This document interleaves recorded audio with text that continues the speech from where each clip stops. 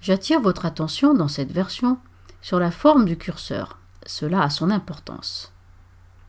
Pour appliquer des commandes, vous devez être capable de sélectionner des cellules. Par exemple, si je veux que des caractères gras soient appliqués sur le titre Vente de la semaine, je dois cliquer sur la cellule qui contient Vente de la semaine et non pas sur les autres cellules. Le contenu est toujours rattaché à une cellule, même si cela déborde sur d'autres cellules. Et après, je peux cliquer sur la commande caractère gras. Comme vous le constatez, lorsque je veux sélectionner une cellule, mon curseur est en forme de croix épaisse et vide. Toto, Titi, j'ai sélectionné une cellule. Et maintenant, si je veux sélectionner plusieurs cellules, comme ceci, je le fais avec cette grosse croix.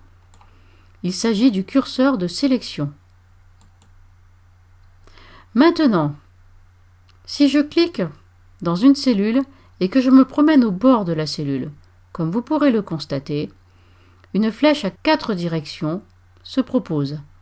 C'est une poignée pour attraper la cellule, pour, si jamais vous cliquez, vous maintenez, vous glissez, déplacer la cellule.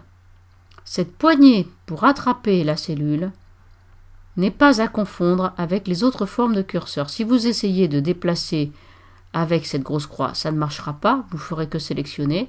Et si jamais vous essayez de sélectionner alors que vous avez votre curseur transformé comme ça, vous découdrez vos tableaux et vous promènerez vos cellules en vous demandant qu'est-ce que vous avez donc fait de mal. Lorsque vous avez déplacé indûment une cellule, ayez immédiatement le réflexe d'aller chercher annuler la dernière commande, un clic, ou alors succession des touches CTRL-Z.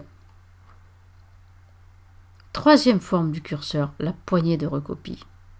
Cette poignée de recopie permet de recopier un terme dans le sens de votre déplacement. Je reviens en arrière. Par contre, cette poignée de recopie va vous réserver des surprises. Donc, je résume 3 formes du curseur. Première forme, la grosse croix pour sélectionner. La croix pour déplacer, 4 directions. Et la croix pour recopier. Poignée de recopie en bas à droite d'une cellule ou bien en bas à droite d'une sélection. Remarquez que l'encadrement de cette sélection a un petit point en bas à droite et si vous posez le pointeur de souris, il y a bien cette toute petite croix noire qu'on appelle la poignée de recopie.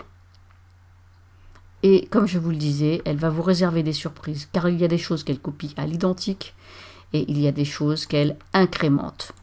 Prochaine vidéo, la poignée de recopie.